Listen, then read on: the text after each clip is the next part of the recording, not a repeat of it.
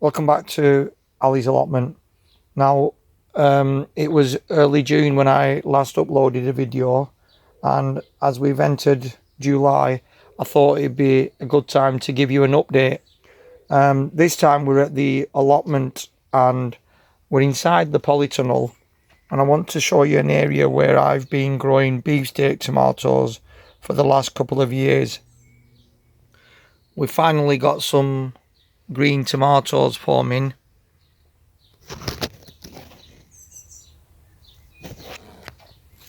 And there's some nice trusses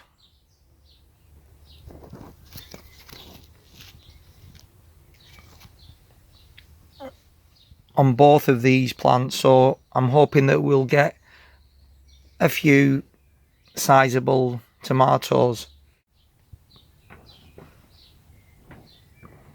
Just next to the tomato container we have some French beans.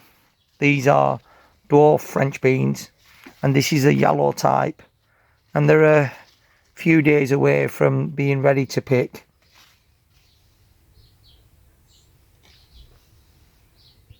We had a few spears of asparagus this year for the first time, and as we're past the summer solstice, and someone on the plot who grows asparagus suggested to me that once you get past that point, leave the plant alone, let it develop some strength in its root base, and you should have a good crop again to pick the following year.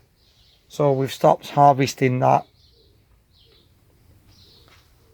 Got a small area here where I'm trying to grow some chilies for the kitchen, so they're not mega hot.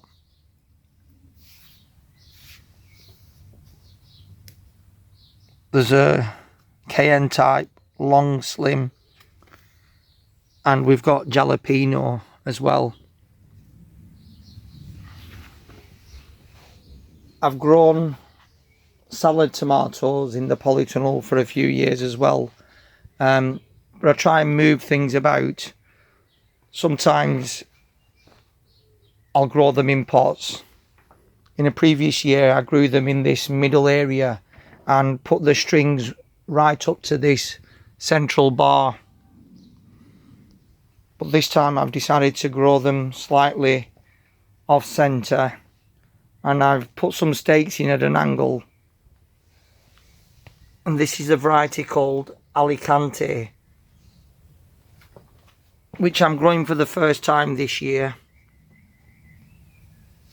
And what I've done is I've just recently tied some string to these canes, and the idea is that we should get a bit more of an angle for the tomatoes to grow up, give it a bit more of a run. This is just my coriander, what's left of the coriander in the polytunnel, and we've let that go to seed, and we're going to hopefully get some seeds harvested from this for use in the future. I put 2 aubergine plants into the ground in the polytunnel. This is a variety called Moneymaker.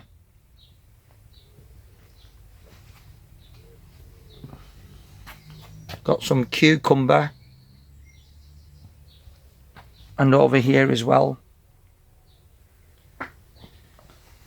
I think it was one of the earlier years on the plot where we had some really good success with cucumbers, and since then I've not done a great deal, so I've gone for a greenhouse type variety this time.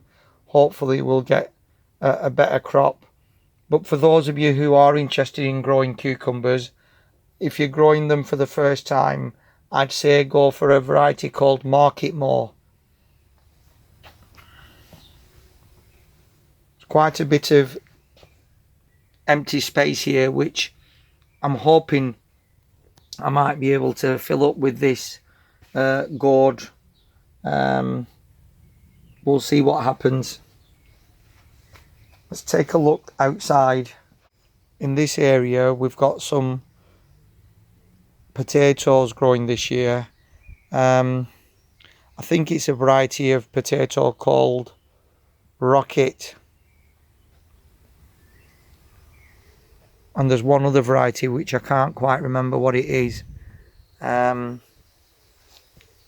this patch here is just chives that I put in last year, and it's established quite well.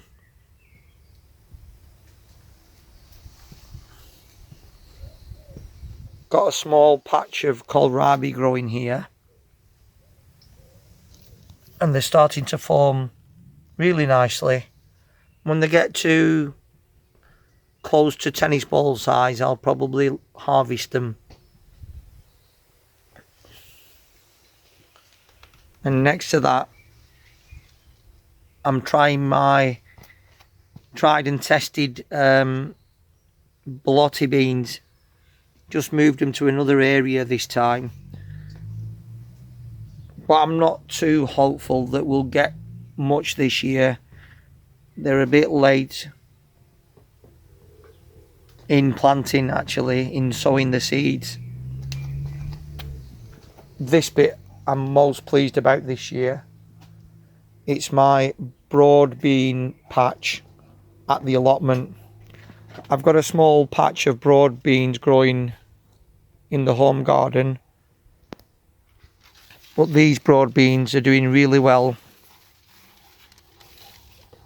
and they're not that far away from harvesting.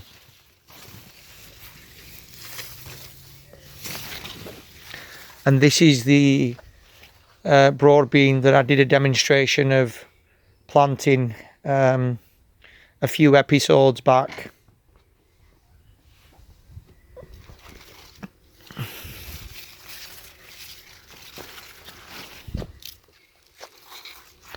It's a variety called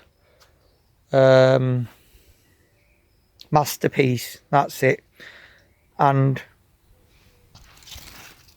they've grown quite tall, some of them. My usual go-to broad beans are Sutton, the Sutton variety, which is quite dwarfing, and I have grown Bunyard's Exhibition before, but these aren't looking too bad. And with a name like Masterpiece, they've got to live up to expectations, I suppose.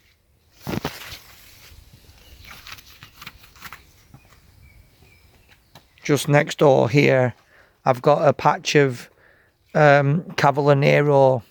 This is a type, I think, called Boricol or Boricol.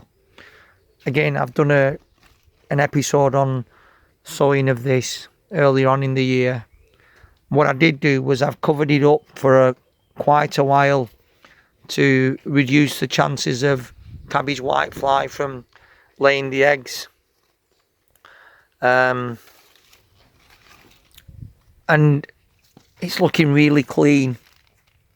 There's not much sign of insect infestation. So we're going to be looking to harvest some of this shortly. Some of you might remember that I had a blueberry plant that I'd kept in the polytunnel. Once it started to set fruit, I moved it into the polytunnel, mainly to give it a chance to ripen and avoid the risk of getting picked off by birds. But what I've done this year is I placed it directly into the ground, and just at the base there got another area of red amaranth.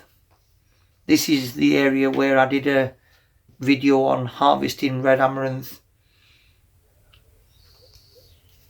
in the past, and I sowed these seeds more thinly, so we're hoping to get slightly larger and slightly healthier looking crops to harvest. This is another area of beans, a bean patch. I think this might be the variety Purple Queen.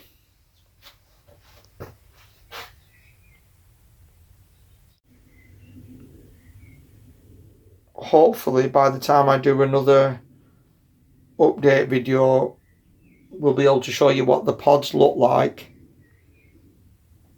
I certainly know from memory that the flowers are a deep purple, as the name suggests, Purple Queen.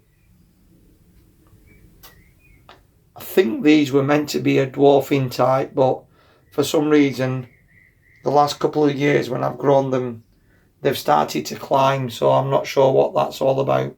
The Monge 2 peas are starting to form really nicely.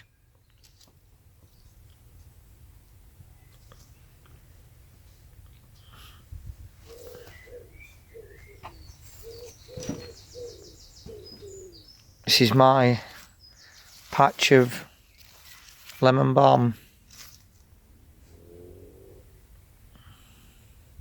It's looking really lush.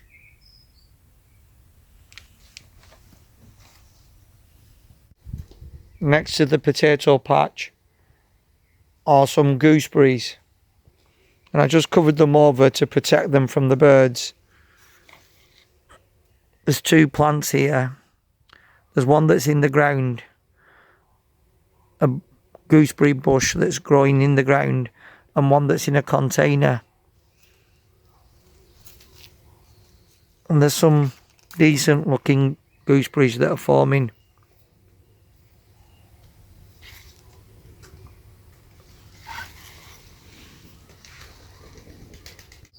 In fact, there might be a few of these pods that are ready to harvest, such as this one here. So I'll be looking to make my way through these and start harvesting some broad beans shortly.